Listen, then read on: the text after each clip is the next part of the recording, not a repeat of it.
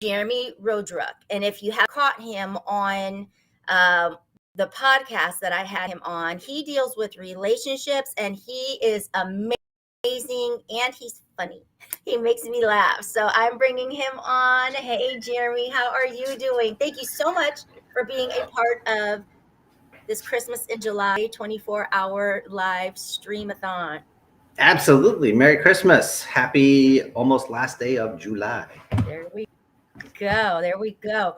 So, you have I know that we talked about, kind of doing interview and questions and this and that, but you have a message that I know could be so extremely impactful that I really want to just give you your time to share. And if there's time for conversation after, then I'll pop back on. But you really have a lot of value, and I don't want to steal some of that time. So, are you okay with that? Yeah, that's fine. I Okay. appreciate it. Absolutely. I'm going to put you on. Yes. All right. So, well, first I want to say thank you to Elena. And, this event, this experience, this is brilliant. I haven't seen anything like this before. This 24 hours, a ton of speakers, a ton of value being added. So definitely she's somebody you guys need to know. You need to follow what she's doing. I hope people coming from my channel and my network and my community, they're getting a chance to be exposed to this and getting the experience. This is a really fantastic opportunity. And I want to encourage you, those of you that are here today, right, or tonight, or this evening, or however long you're going to be with us. I want to encourage you, when you're going through hell, keep going, right? It's Winston Churchill. If you stop, you're stuck. And so many people, they do a thing, they get a result, and they stop. They don't get the result they wanted. They call that failure. And they quit moving. They quit going forward. They're stuck at a success that they don't want. Gina, thank you. Appreciate it. But they're stuck at a success they don't want. And so really, we've got to prime our brains. We've got to prime our hearts and our minds. Focus on the things we want, right? For those of you that don't know, I've got decades upon decades of experience with helping people in a variety of circumstances, ages 3 to 94. And in all of that, I've broken it down. Really, there's only two things that really matter. Number one is the story that we tell ourselves. We represent that with the knife hand. And the other side is the fist, is the actions that we take, right? So it's the story and it's the game. And you put those two together because your story drives the games you play. It drives your behavior and it drives you into your action. The action creates the result, creates the impact, creates the whatever it is. And if you don't like it, cool, that's feedback. You're still alive, right? You're still in the game? Okay, cool. You got feedback. Now you know exactly what not to do again the exact same way. So change it. Do something different. That's how you begin to get different results. And events like this, opportunities like this, they give us a chance to upgrade our stories, upgrade our frames of reference, upgrade our experiences. And my favorite thing is getting in and messing with people's paradigms, messing with their stories, because all stories are true, but only some of them actually happened, right? Our brain can process consciously 20 to 137 bits of data a second. Our unconscious mind is spinning somewhere between 2 million and 11 million bits of data every single second. That means we are distorting, we are deleting, and we are generalizing all of those inputs to make it manageable between our unconscious mind and our conscious mind. That means there's literally millions of things going on that you are deleting every single second. And I can prove it to you. Right now, you're listening to me, wherever you are, whatever you're doing, as long as it's safe to do so. What's going on inside your right big toe? And for pretty much all of you, it's like, oh, hey, dink, your big toe just showed up and you're like aware of the sensation, the feeling, the pressure, it's touching the floor. I'm wearing socks. I've got shoes. There's some sort of sensual experience going on. There's some sort of flow of information that was happening before I asked about your right big toe, but it wasn't important. So it was being deleted. But let me ask you, while you're thinking about your right big toe, what's going on with your left big toe? And now you have a left big toe also, and you lost the right big toe until I said right big toe. And now it's coming back, and now you can kind of feel both toes. So what are you focusing on? What story are you telling yourself? What belief system, what BS are you reinforcing? What are you deleting? What are you distorting? What are you generalizing? Life is. All men are. All women are. All business is. The government is. All people are. Those generalizations, they become, in lots of ways, the life that we live, the love that we feel. When we feel taken for granted, when we feel just, I'm part of the firmament, I'm part of the foundation, I'm part of the wall, no one pays attention to me. If that's what we feel, that's going to become our reality. That's going to become our life. But we have a choice in that story. We have a choice because it's a form of hypnosis. We have a realization, a moment of awareness. It's a key. You can use that to open a new door. You can make new choices, go in new directions.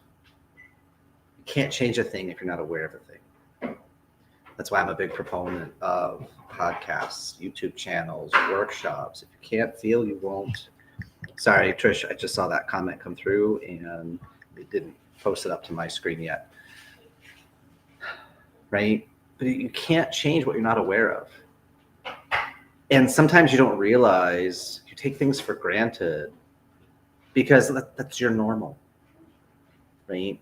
Oh, I always do X, Y, Z. That's just me. It's no big deal. But for someone else, that point of view, that perspective, that experience could be transformative. It could totally elevate and expand their life.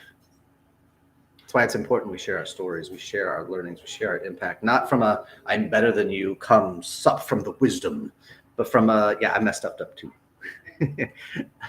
Filed bankruptcy, lived in a tent, lived in my car. Like I've had some bad stuff happen, right? I've blown a lung with no health insurance. That's fun. So absolutely, how we feel is important to pay attention. We can either move forward or allow the feeling to paralyze us. Yeah, absolutely, Ivy. That's exactly right. There's actually one of the models I use, there's actually 7 reactions to any moment of impact, right? Fight or flight, freeze, fatigue, fawn, which is like people pleasing. So you can posture, you can submit. There's all these different experiences that we can have from any moment of impact. Once we become aware of it, that's our freedom. That's our choice now to decide, oh, I'm going to move in a new direction. I'm going to make a shift. And sometimes our best gets us to where we are. And that's when we reach out for help. That's when we go, you know what? My best got me here, but I'm not done. I want to get to this higher level. I have some compelling future I want to get to. I need support. I need encouragement. I need other strategies. Who can I talk to? Who can I read from? Podcasts, YouTube, Google, there's all these wonderful things. There's a lot of coaches. There's a lot of people. You could just hire them and they will help you move forward further, faster. And it's cheaper and easier than trial and error. Like part of my work, I do a lot with men, dads. We talk about divorce-proofing your marriage. We talk about how to raise amazing kids. Even if you didn't have an amazing childhood, that's okay. Now you know what not to do. Problem is, under pressure, we often do the things we've experienced, not the things we know. Have you ever had a moment, situation, something going on, and what you're doing is not how you want to show up? But in your brain, you're like, shut up, stop. But your mouth is spewing out this stuff and you're like channeling your parents without realizing it. Or somebody hurt you and you're spewing out what that hurt was onto someone else. That happens sometimes. It just means we haven't processed our own stuff yet. We haven't fully integrated it and resolved it. We haven't released it. Again, once you become aware, now you have a choice. Life is full contact. It doesn't pull its punches. In life, we get the test, and then we get the lesson, provided we survive the test.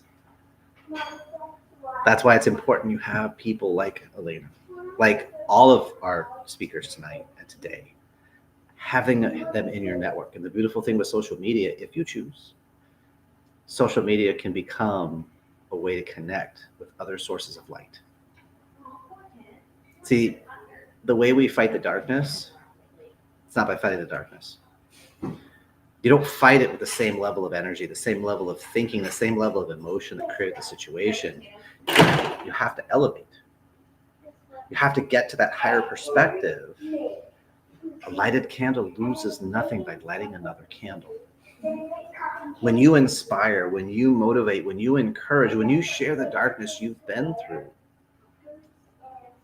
it can often spark somebody else to raise their standard, to raise their experience. It gives them opportunities to see there are other choices available. It's not, this is who I am, right? I have a book behind me. It's called How the Irish Race Saved Civilization. It's this great book, talks about the Dark Ages and the monks and all the knowledge and everything that they wrote down. But for some people, I'm Irish. That's my background. So I got to get drunk and get in fights. That's what I do because I'm Irish. It's like, but you have a choice. You have a decision that you can make. Ivy says, awareness is key. Many people are moving about blindly without direction, without their sails up. I was like that for years. Yeah, me too. And then Jackie says, Jeremy, your words are amazing and impactful. Well, thank you. I appreciate that. And I got like fire and stars and light. Yeah. One of the cool things about the darkness sometimes is that's when you can see people's inner light. Right? There's an old saying in Chinese martial arts community, which is part of my major foundation, is a 1500-year tradition. But we talk about the idea that the plum flower, if you've seen the plum flower in Chinese culture, Japanese culture uses it as well. The plum flower is a very powerful metaphor because when it's time to bloom, it's time to bloom. Doesn't matter what the weather is. It could be snowing and the plum flower is like, nope, my time, I gotta go. Poof. And there you get in the middle of a snowbank, you'll have this tree and you'll have these brilliant red flowers against this white background. See, when life is going your way, it's easy to be happy. It's easy to be generous. It's easy to live a good life when everything is easy. But when life is hard, when it's dark, when there's storms, when there's threats, and you can still shine, you can still be your authentic self, that's a powerful achievement. That's a powerful accomplishment. So sometimes we need those dark moments to create contrast, to really appreciate who we are, where we are. Right? I've blown a lung twice. I've been hospitalized 11 days the first time, 6 the second time. It was awesome. Do not recommend it.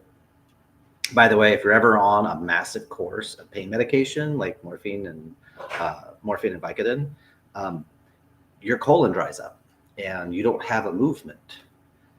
And I was eating 3 meals a day and nobody noticed for 8 days.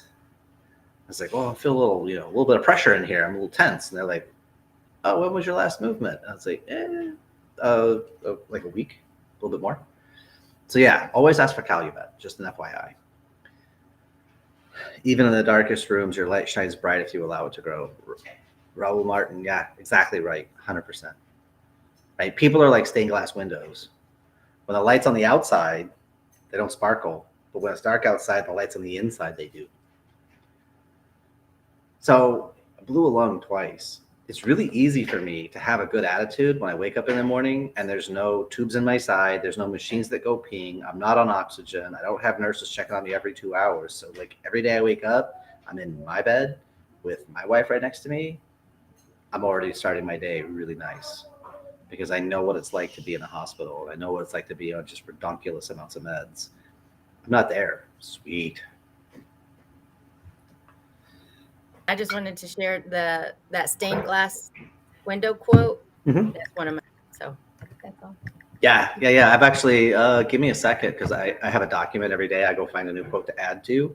So I'll actually cite my source because I like to give credit as a creator, somebody who does stuff on different channels. I like getting credit, but I also like to give credit. So give me 1 second. Stained glass. Yeah, there it is. People are like stained glass windows. They sparkle and shine when the sun's out, but when the darkness sets in, the true beauty is revealed only if there is light within. And that is from Elizabeth Kubler-Ross. And it's hyphenated. Get back to here. Cool. So life is impact. Life is full contact. Life is going to come at you. Cool. What are you going to do with it? What meaning are you going to create? Because meaning is subjective. It's all BS. It's belief systems. It's made up. Nothing has meaning other than the meaning we give it. right? When I work with kids and we talk about bullying and being bully proof and not letting somebody else's toxicity get inside you, just because they're small, sad, and cold inside does not mean you have to join them or accept that energy. You either get a loving response or a cry for help. Whatever's inside comes out. So if it's not a loving response, you already know some information about their internal reality, their internal world. Somebody hurt them. They have a wound. They have some sort of pain they have not resolved yet. And that's okay. We're all here to learn and grow. But now you can begin to have empathy, sympathy, pity. It's really hard to be insulted or to feel insulted when you're pitying someone for the pain that they're in and you realize they're just weaponizing their stuff at you. It's not you. You're just a convenient target. So they either give you a loving response or a cry for help. Someone's yelling at you. Is that because they're mad at you? Is that because they don't like you? Is that because they're scared? Is that because they don't feel heard? Is that because they're hard of hearing? Is that because they're used to speaking at a certain volume and a certain speed, and that's just who and what they are? When you can create more meaning for any given moment, you have more peace, you have more choice, you have more relaxation, because you don't have to go stimulus response and it's just this. You can do stimulus pause. Okay. And then have a response. We can choose, we can decide. We can realize that other person is in a source of pain and what they're throwing at us is just where they're at and what they need. Maybe if we can't help them, at least we don't add to their drama. We don't add to their pain and misery. We don't feed into that story and add momentum. And to be fair, that's not always easy because we have our own stuff. And sometimes, we don't feel heard, we don't feel seen. So we're the one being just way heavy, way hard on this kind of stuff. That happens sometimes. We're all human beings having this human experience. Daniela, nice to see you. So it's up to us. What meaning? And again, if you're challenged with that, if you can only come up with one interpretation for something, awesome. Expand your network. Reach out to the people that you know. Reach out to the people that know you. Ask for support. Ask for input. Ask for feedback. Say, hey, I got something that's weighing on me. And I'm not really sure how I should interpret it. I feel like I have to take it this direction. I'm curious, could I explain it to you? And then you just give me your feedback, give me your insight, just kind of where you're at and how you would process it. I'd love to get your take on things. That can be a really simple thing. You don't have to take their advice, but at least you get that extra perspective. If that's challenging for you, maybe that's an opportunity to grow. And with our time together tonight, I would like to offer a basic model to start kind of loosening up some of this stuff. So I have a quick little quiz for you. It's not super complicated, pretty easy. Let me just ask you, what is 2 plus 2? If you don't mind, 2 plus 2, just in your head, 2 plus 2 is, okay, 5 minus 1. 5 minus 1 is, okay, cool. What is 2 times 2? Right, 2 times 2 is, good. And then what is 8 divided by 2? 8 divided by 2 is, so which one's the right way to get to the result? Because 2 plus 2 is 4, and 5 minus 1 is 4, and 2 times 2 is 4, and 8 divided by 2 is 4. Which one's the right way? Addition, subtraction, multiplication, division. Pluses, minuses, timeses, divides. Which one's the right, true, original path? Because whatever answer you have, we can split it apart, like addition, 2 plus 2. Well, you could do 1 plus 1 plus 1 plus 1, be sequential. We could do a bell curve, 1 plus 2 plus 1. We could add in decimals. We could add in irrational numbers. We could add in negative numbers. There's all kinds of ways we can play this game. But the key is, it's like 4 seasons, spring, summer, fall, winter. In the summer, do the summer things. In the fall, do the fall things. In the winter, do the winter things. In the spring, do the spring things. And you'll be successful. Some people like to add stuff together and create. Some people like to take things away as their form of creation. Some people amplify. They multiply. You give them something and they'll turn it into something greater.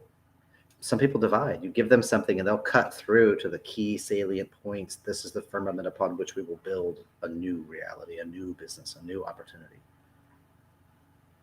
Those are just different frames of reference. Those are different models. They're not better or worse or right or wrong.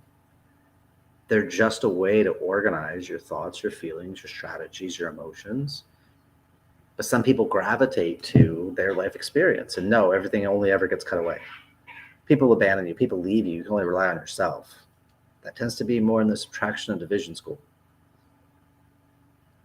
We got to like create stuff and have people come together and spend social time. It tends to be more the additive and multiplicative school. Not right or wrong. Different models. The more you can strategize, the more you can create different pathways forward, the easier it is to adapt to a changing circumstance or a changing situation. The big fancy term is the principle of requisite variety. Whoever's more flexible will control the system. Just the more pathways you have, the more strategies you have. If all you have is a hammer, the whole world looks like a nail. Hammers are beautiful. They're fantastic for driving nails. They're really not that great for opening pickle jars, because then you get glass everywhere and pickle juice everywhere. So when you realize you're defaulting, you're hammering under stress, all you know how to do is one thing. You might want to build your team. You might want to expand your knowledge and your skill sets. You might want to make more friends, because one is too small a number to create greatness, to borrow from Stephen Covey. And with that, Elena, how you doing? I'm good. I just wanted to share, like, the more pathways, the more strategies, but you break it down so simple. And we didn't know each other a year ago. And so when you say just make more friends, make more, it's proof that by stepping out and creating those connections and building those relationships, the impact that you can have is far more than you could ever do on your own. And as we get older, I think we're like more afraid to try to make friends. Yeah. Everywhere we go, my daughter's 8. We go to a pool party. She's asking the kids there, hey, do you play Roblox? What's your username? She has 200 friends. She can't add anybody else. But she's like, hey, do you play Roblox? What's your username? Like she knows. She's networking. She's got a social intelligence I never had at 8 years old. Totally her mom's impact, not mine. But she's like, let's make friends. Let's go play. Hey, mom, get her number. Hey, dad, get her number. Okay, babe, I can't ask a kid for their phone number. I will go ask their mom and we will make arrangements. Well, we see Ivy. Let's see what Ivy had to say. Love the way you said that about the importance of having more pathways as opposed to tools. Yes, Ivy, yes. And that's why I wrote that down. More pathways lead to more strategies. Yeah, because it's the way our brain works. Our brain really is a neural network. And so we're constantly creating these patterns and chains. They're like lightning bolts going off literally in our brain. But then if it catches, it'll link into a behavioral chain, and then it will get reinforced. And now it becomes like the roots of a tree, which if you look at the roots of a tree, you look at a lightning bolt, similar pathways and how everything networks out. But now we're grooving this and ingraining this into our brain. Right? The idea that we can make 21 days to start a new habit. What if you took 21 days of energy and put it into 5 minutes? You could literally wire your nervous system and just blow out old pathways and replace them with new ones. Ivy says, your daughter sounds cute. Mine is 10 and is all about Roblox. Well, we should connect because my daughter is always looking for people to play with. I love this so much. I'm a very visual person. So these knives are fantastic. Gina, that's awesome. That's one of the challenges, right? There's actually 4 ways we learn primarily, but auditory, see it, visual, hear it, conceptual, think it, and then kinesthetic, feel it. And we all have kind of like a primary learning channel, and that becomes a default bias. And so we get into conflict sometimes with people just for different pathways. And we create all these big meetings, right? I had a family I worked with, mom, dad, daughter, auditory. So when there's a problem, we're going to talk about it. But their 5-year-old son was visual kinesthetic. And so when they would sit down and talk about problems, his sister's 8, he's 5, he's melting in his chair because he can't create the mental pictures of the words they're using. So he feels like nobody cares about him. He feels like he's not important because he's a feeler first. And so if we don't intervene in that at 5, guess which direction his life is going to go as he gets older? It's not going to be more big happy. And he'll gravitate to people who he feels like are paying attention to him, or he feels important to them, even if they're manipulative, even if they're users, even if they're toxic. But I feel like they care about me. But he will delete the word feel, because that's just his primary communication system. So he'll just say they care about me, not I feel like they care about me. And so, yeah, it's really important. I play a lot. Part of my training as a hypnotherapist, I play a lot with different metaphors. And when I do one-on-one with clients, I can tweak, because I see how you communicate. I'll just tweak my methodology for you so that it lights your nervous system up. I love that. That is so important. Like that is gosh, you know, to have the gift of having that information at a young age, it's off the charts. Yeah. I wish I had somebody like me in my life when I was her age. And she's a lot like me when I was that age, but she's way more in the light than I ever was. So it's really kind of cool to watch her. And we're not trying to armor her in the sense of like thick skin and she's just going to run roughshod over everyone. So she's got a very gentle and loving heart. At the same time, boundaries, understanding somebody else is not warm, big, happy, and she doesn't have to accept. They're offering her the chance to feel small, sad, cold. She doesn't have to accept it. Right. And that doesn't make her a bad person to say, well, I understand you're upset, but I'm not going to jump in the hole with you. Right. Yeah. Yeah. And we need to like to have learned that early on. You know, some of us jumped again. and as we're drowning, we're still trying to help other people out. I mean, it's a for real thing that we, you know, have gone through. How does one determine or become aware of which they're learning, like pattern, how they learn it? Or yeah. So think about when you argue with somebody, right? That's usually the easiest way to figure people out, is just provoke a fight with them, because then you'll reveal what's inside the fastest. That's the line in the Matrix. I think it was Matrix 2. Seraphim is fighting Neo, and he's like, "Oh, the best. You know, if I want to find out about you, I fight you." It's like, yeah, because what's inside comes out. The body can't lie. So listen for when someone argues.